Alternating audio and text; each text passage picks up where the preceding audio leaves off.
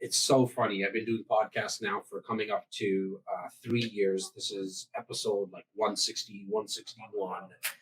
And it doesn't matter if like if you want to make God laugh, in my opinion, tell her your plans because what will happen is nothing will work as planned.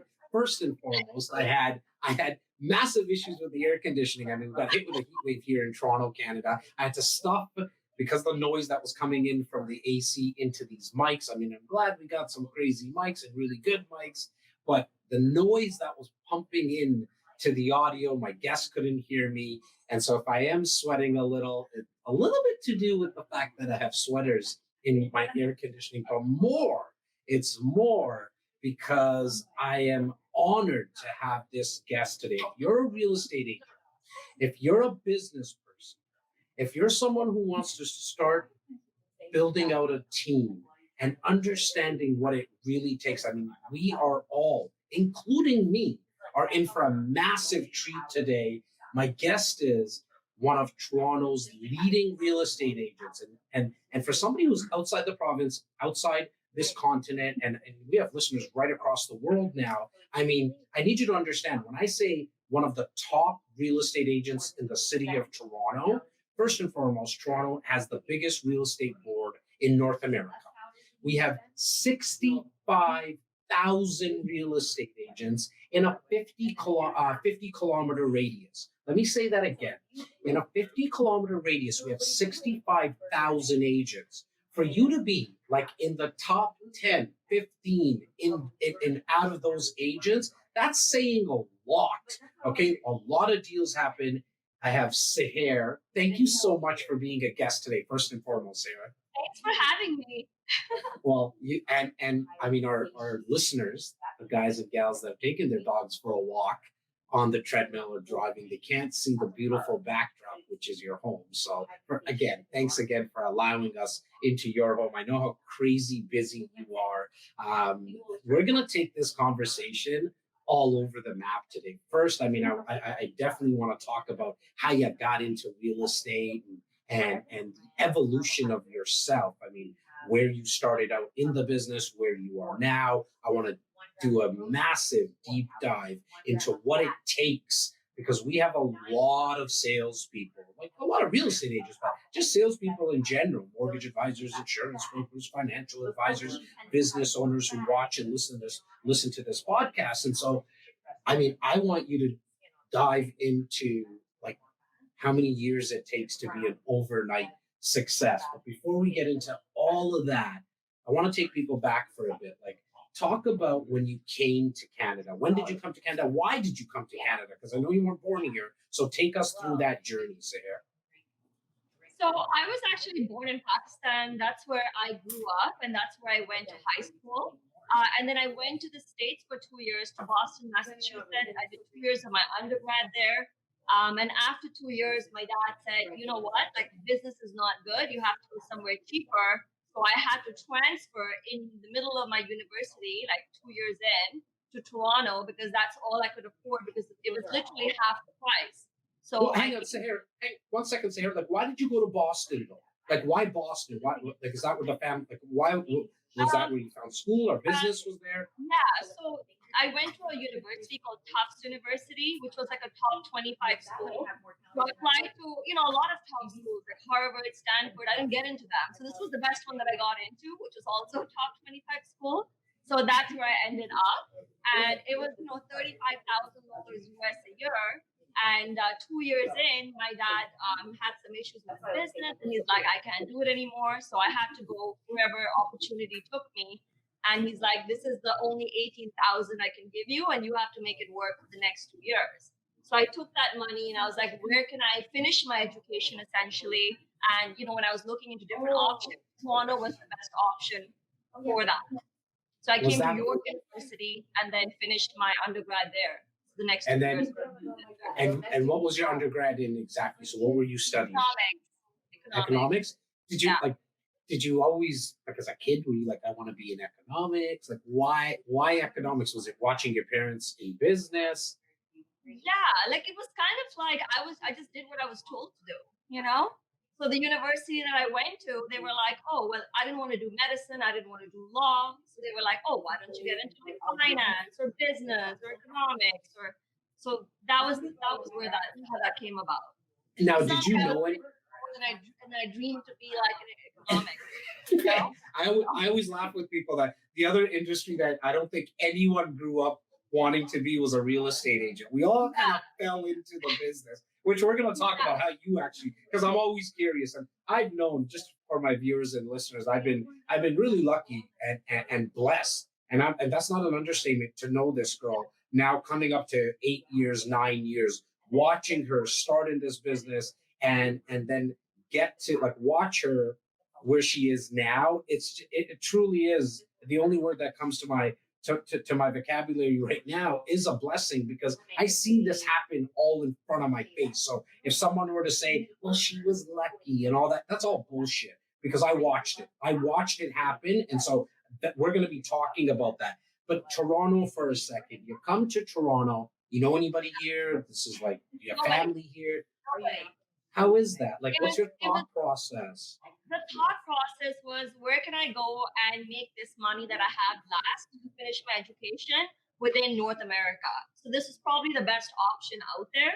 And I came to Toronto and I fell in love with Toronto. So that's why I just ended up staying after, you know? Even And staying here was a tough ride. Like when I graduated, I got a job.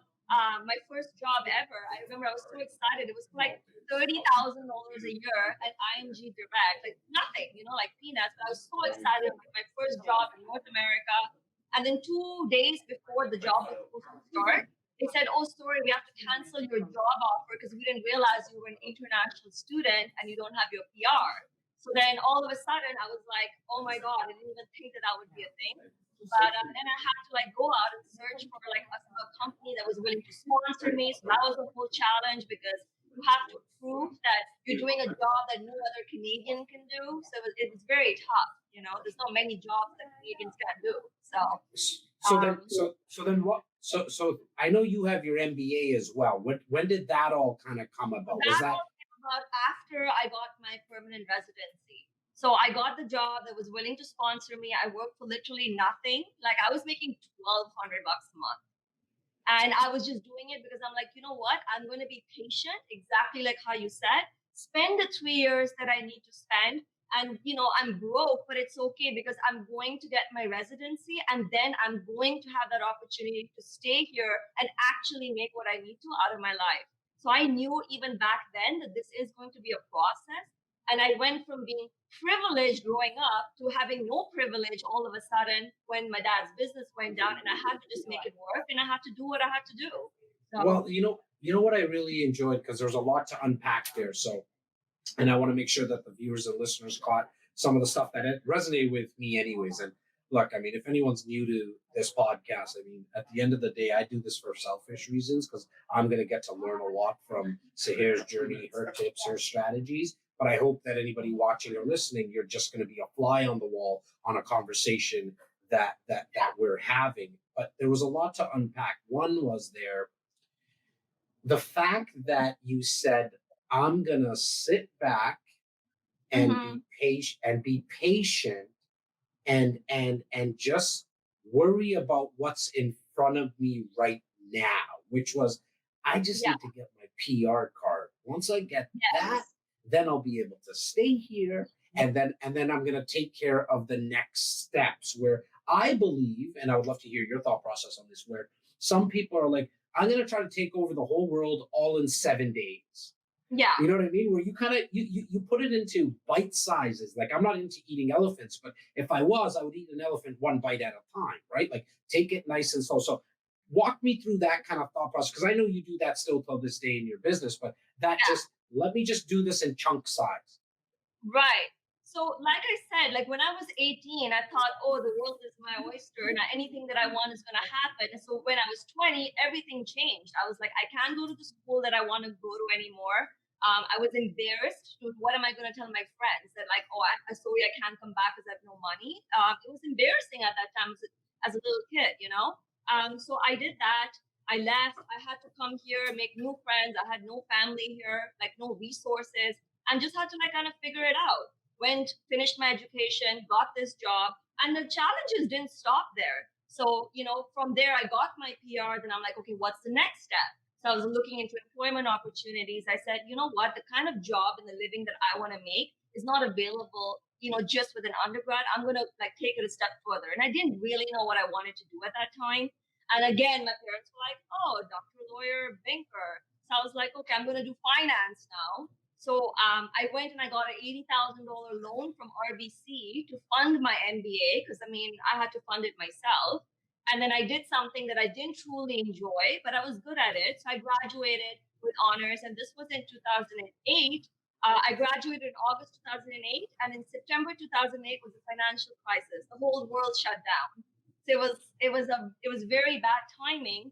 And in hindsight, I was just kind of like back and forth from like Memphis, Tennessee, which is where my parents had moved in the interim a few years before that. I'm like, oh my God, I'm going to live here. I hated it there. There was no opportunity for me. I said, this is not going to be my life.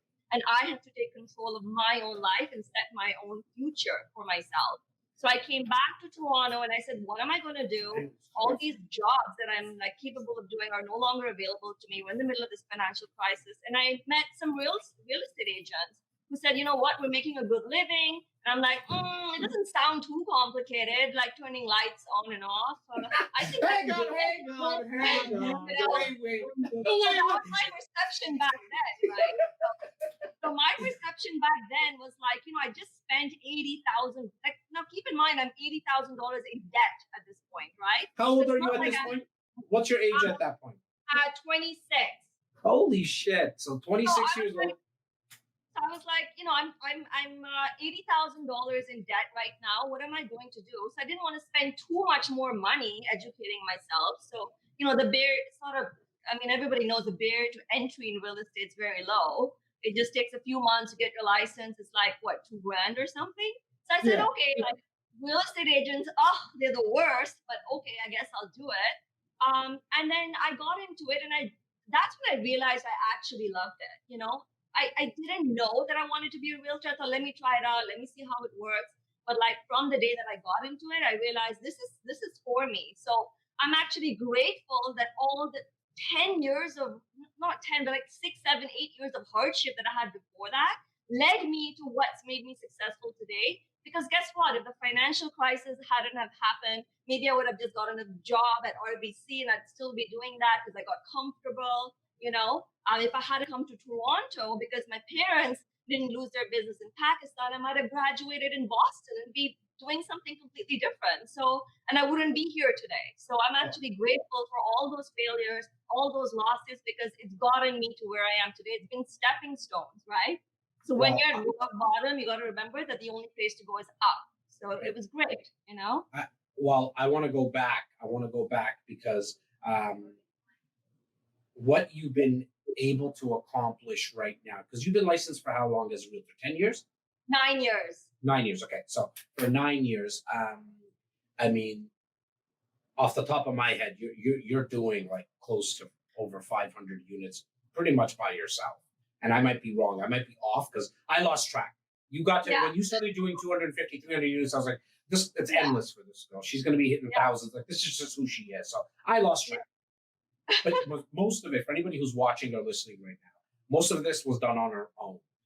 I had to, her and I have been sitting together, having conversations and saying, okay, now maybe it's time for you to get like an admin person. That only happened a couple of years ago, maybe a year ago when you started. You've been doing it all on your own. So all on my own.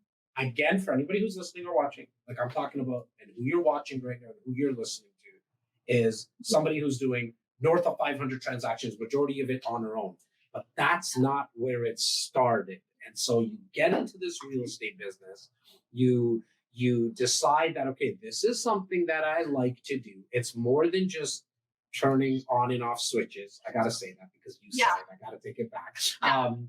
You started with something that I personally, I've been in the business for 16 years, in case somebody is new to the podcast. And there was a couple of records this girl broke in her first couple of years, which is like, it needs to be spoken about, especially if you're in the real estate business. She did Okay. And again, just cut me off, Sehr, like if I'm wrong with some of these numbers, but I think a little over 150 to 200 in her first year. And then she backed it Lease up. rentals.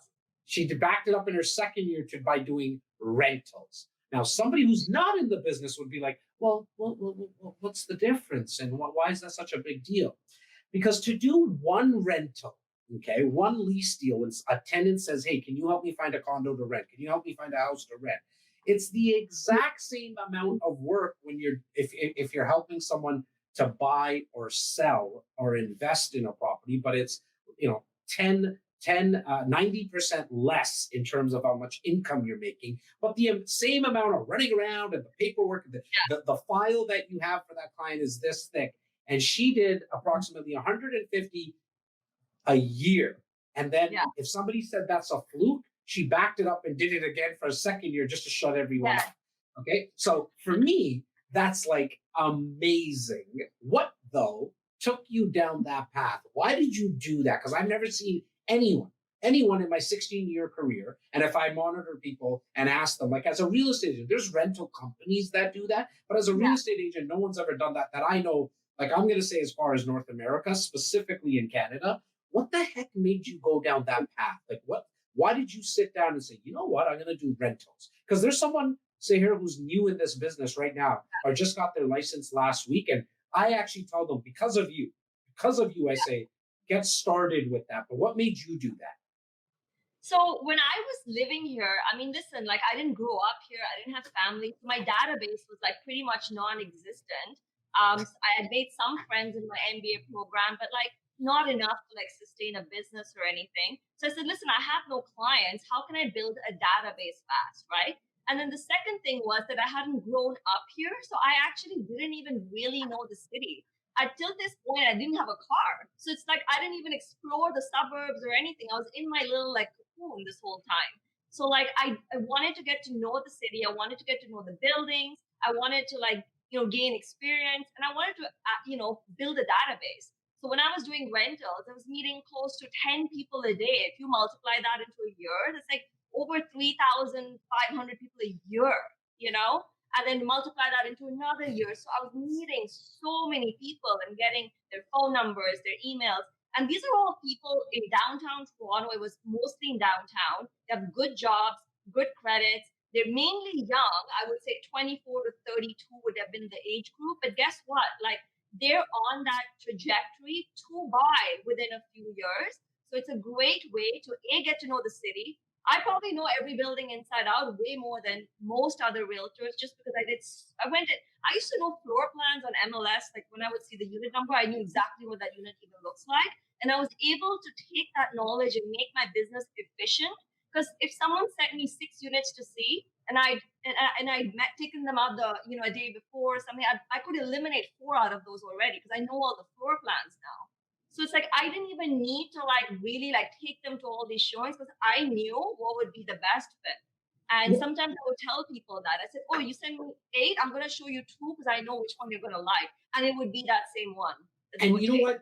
And why that's so important for anybody who's listening right now, guys, gals, as a professional, as a sales professional, specifically in real estate, your job is to know the inventory. Your job is to know what the heck is out there for buyers, sellers, renters. And what you did by narrowing it down. So if a tenant called you and said, I would like to see these 6, and you say, look, those 3, I already saw those yesterday. They suck because of this, and that. Or Stephen, Nikki, you're not going to like these ones because the way that it's shaped, and it was based on the ones that you saw a couple of days ago. But let's go see these 3. That is what clients want. They want a professional that knows what the heck they're talking about and knows the information and has done the research. But I also remember, and you said it too, to make your business efficient. There was something that you told me, like not now going back 8 years ago, 7 years ago. You told me what you used to do at times. Like you used to sit at like one building, and then like house rental. Go. What was So, that? I really want people who are new to understand. And if you've been in the business a long time and you're in a slump right now, a slump meaning you haven't done some sales for 4 or 5, 6 months and you're trying to get started again, here's a strategy, or what I call a hack to get yeah. started again.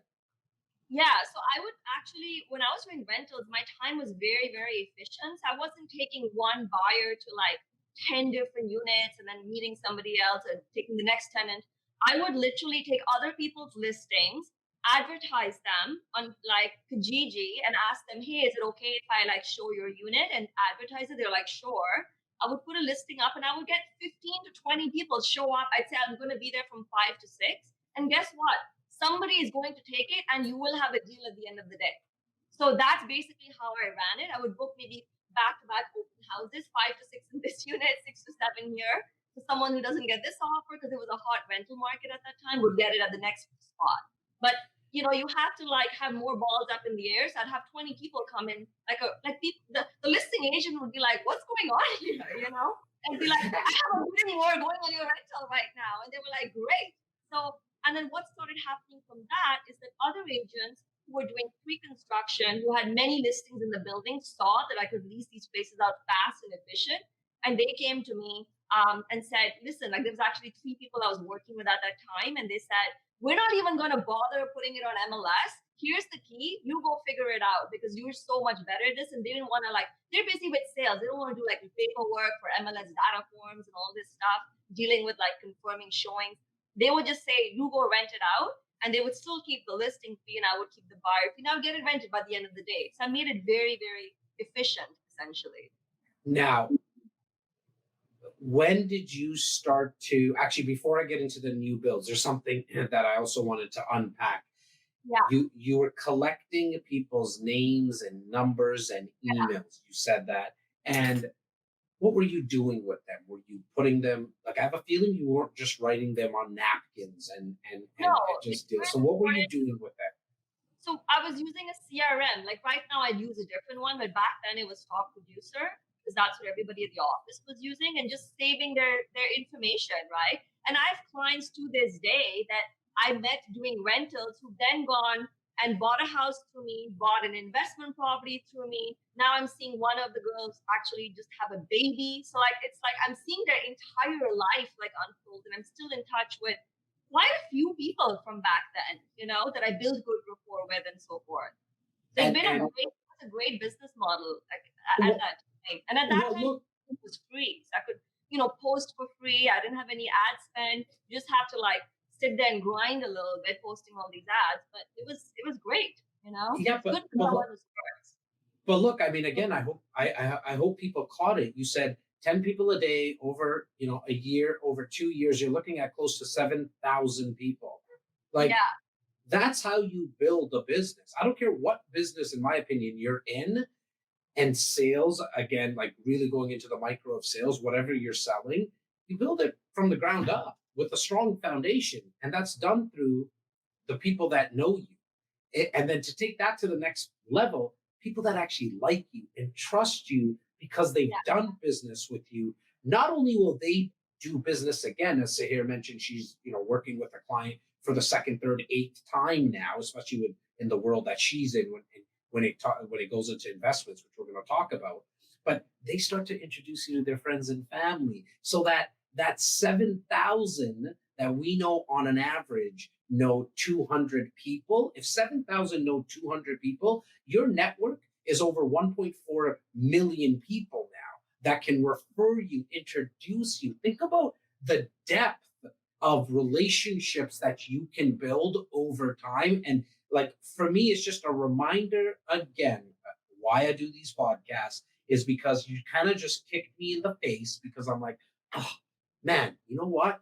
I forgot that part of my organization. I should be doing more rentals from the ground up. Not that I have to personally do it. I have team members, they can help me do that. But like I could now start to build it out again. And so again, I appreciate that reminder. What happened in terms of you making the shift into buys? When did you build the confidence? Like when it was like, okay, look, I've done, over 300-400 rentals now in a couple of years, which is mind boggling on its own. Yeah. I'm about to make the shift now, and I'm going to make the shift. Correct me if I'm wrong. I think you made the shift directly into And I went, pre-construction new yeah. build. Yeah, so what ended up happening was that I asked, one of the brokers who would give me all these keys, like five, six in the same building. I said, "How are you getting all these like landlords in the same building?" And they said, "Oh, we sold them these units before they're built." And that was my first like taste of pre-construction. I'm like, "What do you mean by that?" So they explained it to me. And I said, "I want to come to like one of these events and just watch." So this was like in 2014. I remember my first sales event that I went to, it was a Menkes project called the Eglinton. And Okay. they were selling all these units in one weekend. And I said, I can find people.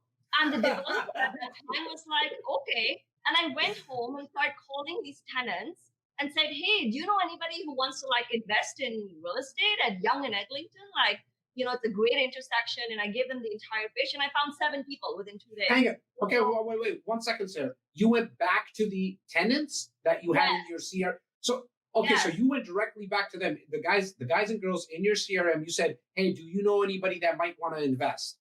Yes. And some of Wow. them, like parents, brothers, sisters, they were like this, some of them even themselves, because for people who are renting, pre-construction is such a great avenue to get into the market because of the staggered payments. So some of them were like, we can't qualify for a mortgage today, but in 2, 3 years, 4 years, they'll have that job history, build their credit, save up the deposits for the 20% stretched out over 2 or 3 years. So it was actually the perfect segue into sales and to getting into like the buyer's market for them.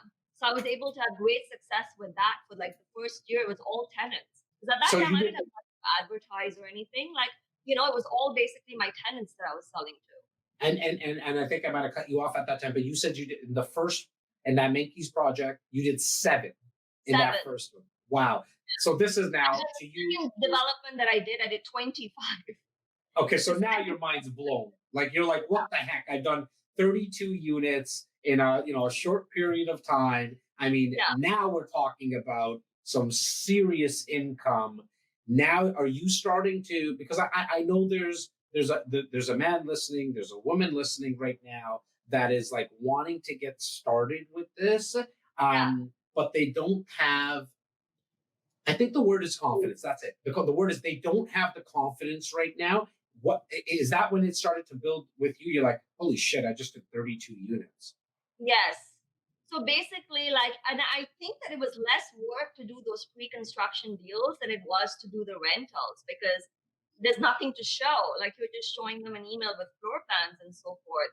So, like, I saw that transition happen very, very fast where I all of a sudden had this database of these tenants and so forth and all these projects. And it started catching on very quick. So, for my second project, when the developer heard that, like, when I did like those 27 deals, the developer next door called me and said, hey, we see that you're selling all these units here. We have a cheaper project. Come work with us. And that's how it really got going for me, where people started calling me saying, hey, we heard that you did X amount of deals in this site.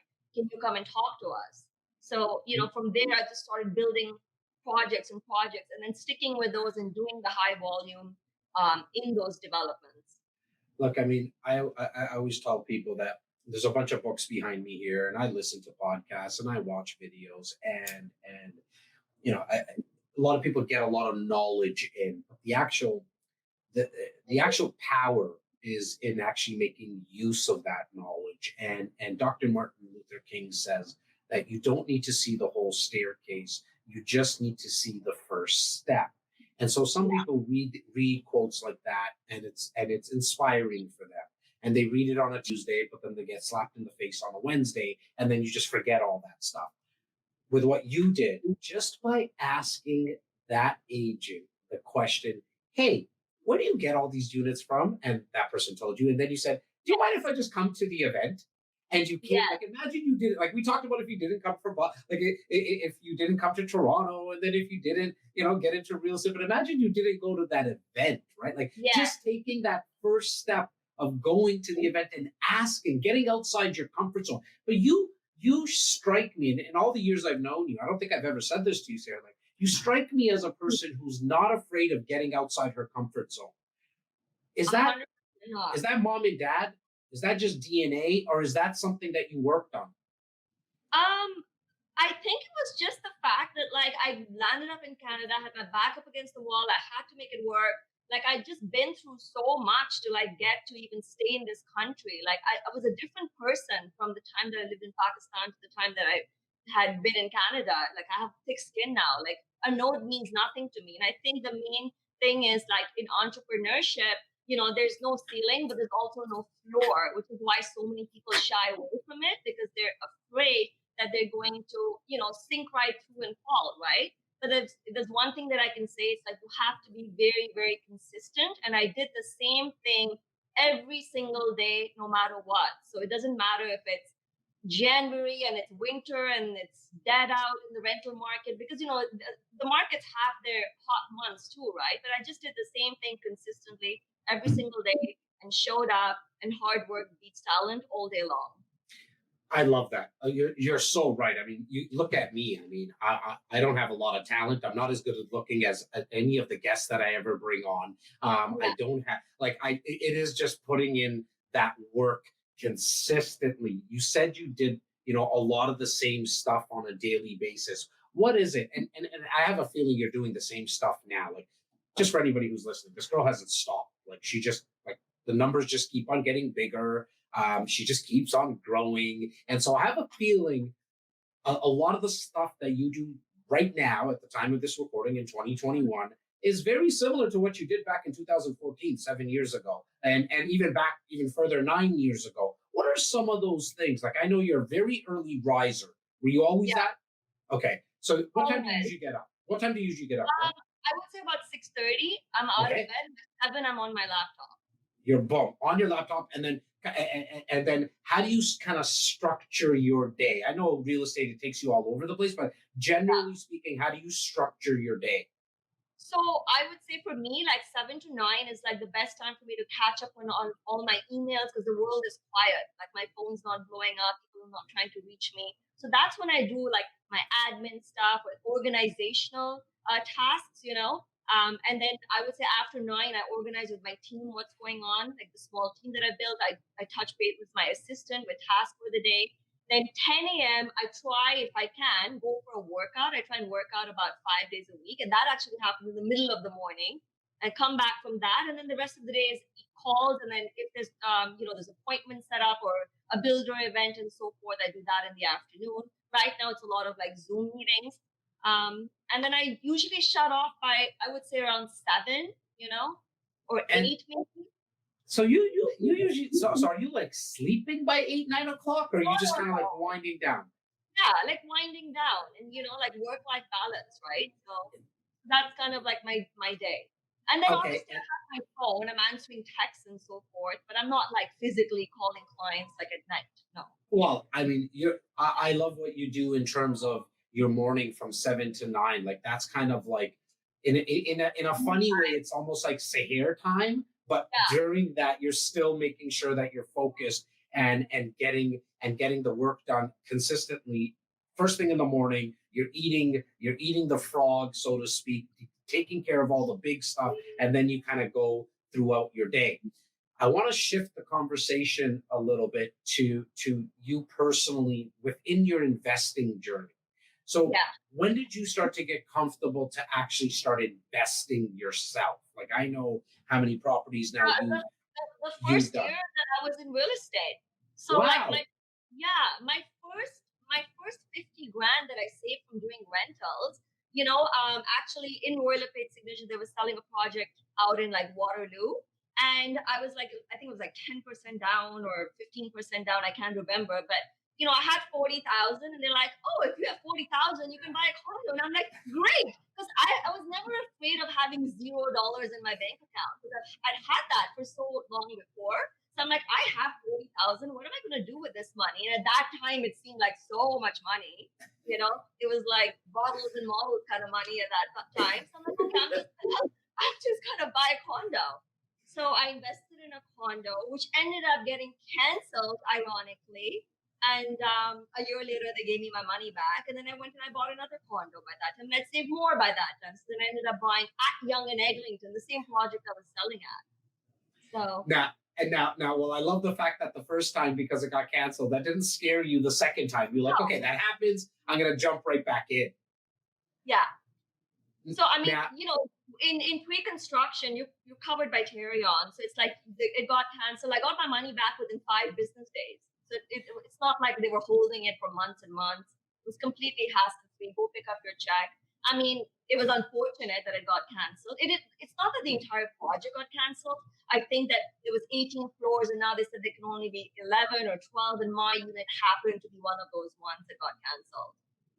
and obviously the one at Young and Eglinton, you've done very very well for our viewers and listeners outside of the province. I mean, that's almost center ice. I mean, you're talking about a triple A location. A lot of my listeners say are investors as well. What, just kind of like, the thousands of people that you've dealt with, what are some of the mistakes you've seen them make? In this way, my viewers and listeners know to stay away from those type of mistakes. Where have you seen investors make mistake in the strategy of new build pre-construction investing? Yeah, I think that they just wait too long to get into the market. So a lot of times we have these new opportunities and they're like, we're going to think about it and maybe, and I need to talk with this person and that person. And they call us back 2 weeks later and either all the good units are gone or the prices have gone up 50 to 60,000. And then they stop themselves from buying and they say, oh, no, no, no, the price went up. And then I still say that, you know what? Today is still the best day to buy real estate because a year from now is going to go up even more. They're like, no, no, no, no, no. We're going to wait because it's going to be another good deal. And then what happens 6 months later when the next project comes up? It's even higher than the 50,000 that was being offered in the second round. But essentially, it's like people are not willing to take action fast enough because you have the 10-day cooling period in pre-construction. So it's very important for them to realize that you lock it in and it's not like resale where it's a firm deal. You still have your 10-day where you can mull it over with your family, but don't lose out on that ground floor opportunity. So Tie that's up what we the try to educate tie our up clients. tie up the property and then do the due diligence. Yeah. I love that. I mean, I'm sure you can attest to it, and I know you can. I mean, what at 2015, 2016, we're probably at average price per square foot. Call it $600 price per square foot off the top of my head. We were all screaming, saying it's gonna go up, and then it went to 700, and then 800. But every single time, people thought we were on crack when we were telling them that it's going to continue to go higher. And now we sit average price point. I mean, in kind of the core of downtown, call it 1,300, 1,400. It's Yeah. going to go to 2,000. Guys, it's going to go to 2,500. And I mean, Sarah, you've seen this happen thousands and numerous times over your career. Yeah.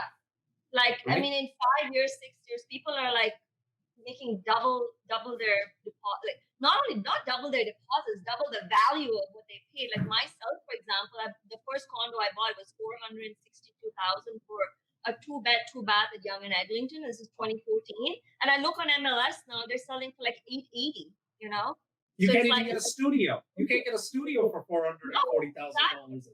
right? Exactly. And what did I put down? I put down 20%, So it's a great like way to leverage your money. It's the only investment vehicle where you can put down 20% and get capital appreciation on the full 100%, right? It's not like stocks where you want to buy $100 of Apple, you got to put $100 down.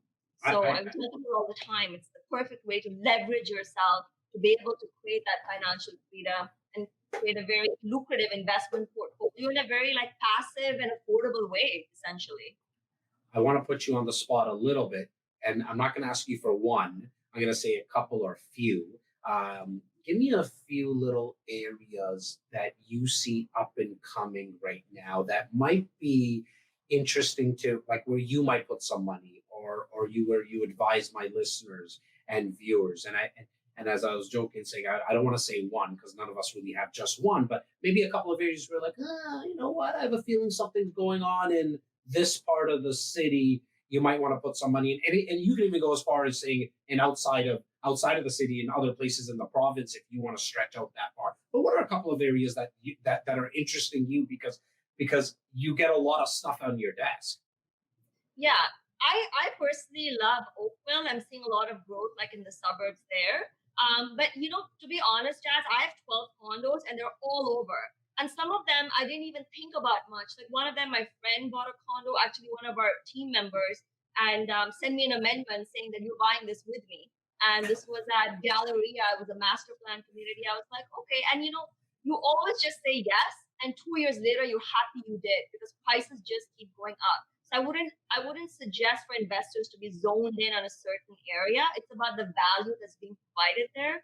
And like, we're in a great real estate market. We have 1.2 million immigrants coming in the next 3 years. So prices are just going up and up. Each launch that comes out now shocks me. Like the price is just increasing and increasing with every development. So there's a lot of money for investors to be made, I think, in a lot of different neighborhoods. And there's the demand is there for it, as you mentioned. I mean, we've got 1.2 million people coming into our city in the next few years, and we just don't have enough land. And so that's why you continue to see the values going up. Speaking about value, I mean, I know how much my listeners and viewers appreciate your time, and I know how busy you are. But I do definitely want you to leave my viewers and listeners with a tip or two. Like what would, with all the experience that you've been through, what would you say to a new sales person that's getting not only started in real estate, but just in sales? What would that one or two tips that you would leave them with, Seher? I think that it's important for people to remember that entrepreneurship is essentially a series of challenges that don't ever stop. So you have to get into it with that mindset that it is going to be tough. But the reason that we get into it because our work that we put in rewards us directly and there is no ceiling and you can take it to any level that you want, provided that you show up and you do the work. Everything is in your control.